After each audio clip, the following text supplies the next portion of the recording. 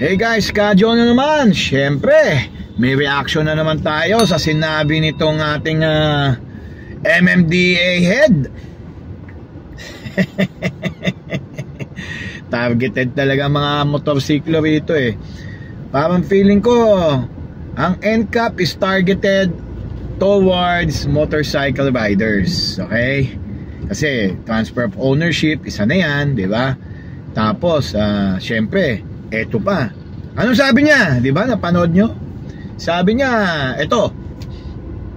Probably gagawa po tayo ng exclusive motorcycle lane sa EDSA dahil babawalan na po natin ang motorsiklo na pumunta sa ilalim sa mga underpass at ganon din po hindi na po sila papayagan sa mga overpass. I-clarify ko lang. O, di ba? Ang galing, di ba? So, hindi ka na, ibaban ka na makadaan sa mga overpass sa EDSA at ibaban ka rin makadaan sa underpass. Di ba? At ibaban ka rin mag-filter in and out of traffic. Well, if you're not a motorcycle rider and if you don't know how to properly o yung driving etiquette in riding a motorcycle, hindi ka dapat nagsasalita. Okay? Kasi alam naman dito ang ating nilalagay sa mga pwesto sa gobyerno eh, sa kung sino-sino na lang mga kaibigan o malakas sa mga politiko, sa mga leaders natin eh. Kaya yung iba latag na lang ng latag, di ba? Ng batas na hindi man lang kumukonsulta. Ha? Imagine, tulad na nangyayari sa NCAP, nakapila na lahat ng mga motorsiklo sa isang linya. Tapos shared pa yan sa mga car owners, no? Sa mga four wheels. Imagine yung mga pwedeng dangers na mangyari dyan. Okay, I get it. Kailangan tong gawin para sa pagiging matino natin sa kalsada. Pero something is drastic na hindi pinag-aaralan mabuti, di ba? Okay.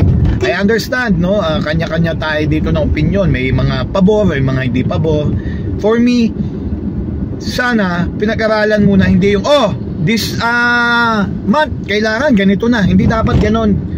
Dapat mayroon man lang technical working committee na pag-uusapan muna yan, di ba? Hindi yung basta-basta gawin na agad tapos may penalties na agad, di ba?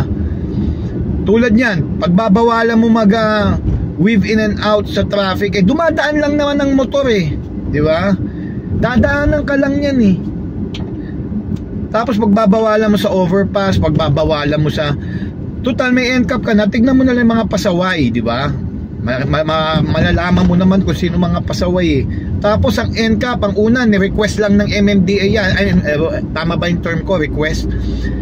Pinatanggal lang ang TRO niyan para sa EDSA dahil i-rehabilitate ang EDSA. Ba't biglang nag-spread out na sa mga major roads? Bakit?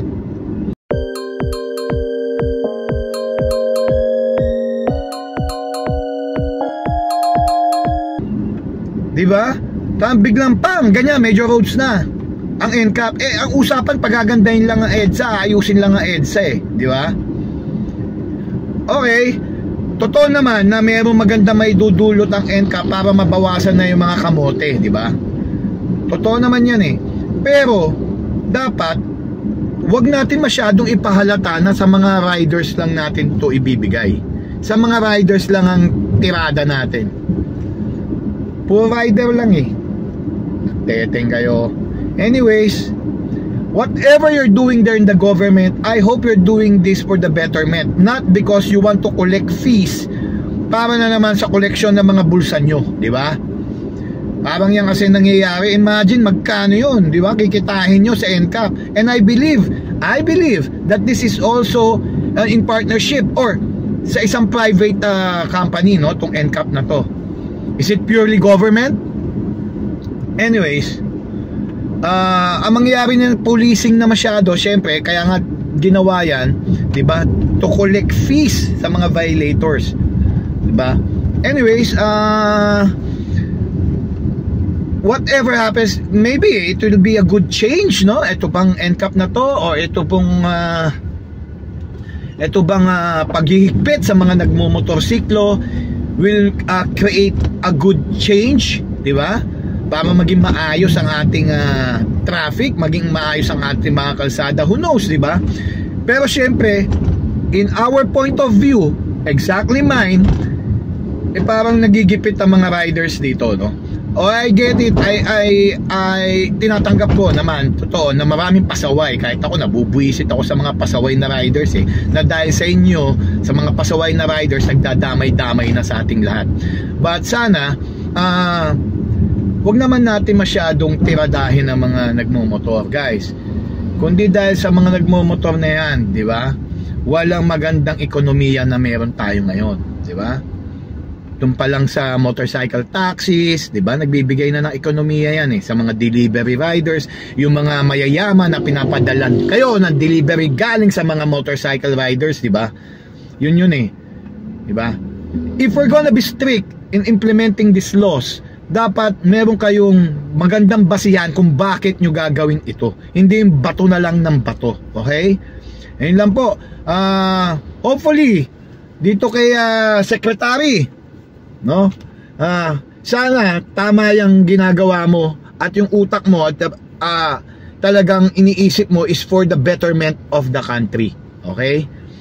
Not because you're targeting, because you're annoyed sa mga motorcycle riders, okay? Yun lang po yun. I don't know what you're feeling, I don't know what your intentions are, but again, hopefully you're doing this for the betterment, okay? Kasi if not, imagine how many, kung ilan ng motorcycle riders sa Pilipinas, okay? It might backfire on you like it backfired kay Gordon. Yun lang, okay? Yun na po. Ay, hindi po ako galit, nag-explain lang. At this is just my point of view. Iba po ang point of view nyo, iba po ang pakiramdam nyo, at kung paano nyo makita tong issue na to. Ito pong batas na bago. Pero ito po ang sinasabi ko, I'm not against NCAP. I'm not against the betterment of the streets, lalong-lalo na mga major thoroughfares.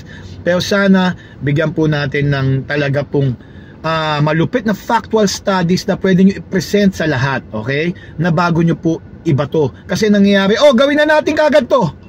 Hindi dapat ganun, okay? Yun lang po. Sana peace lang po tayo lahat sa daan.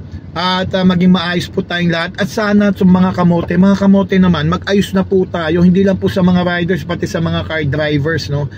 Para hindi na po magkadamay-damay lahat. Kasi tayo gusto natin lagi makalamang dapat hindi ganoon. Huwag tayo manglamang sa kalsada. Kung pila tayo sa kalsada, pila lang, okay? Huwag na yung o-overtake ka pa, magka-counterflow ka pa. It applies to all, 4 wheels and 2 wheels, okay? Yun na po yun, okay? Hay, Pilipinas kung mahal, ano bang gagawin natin? Oh no. Yun na po. See you guys next time. Si Kadyo po ulit.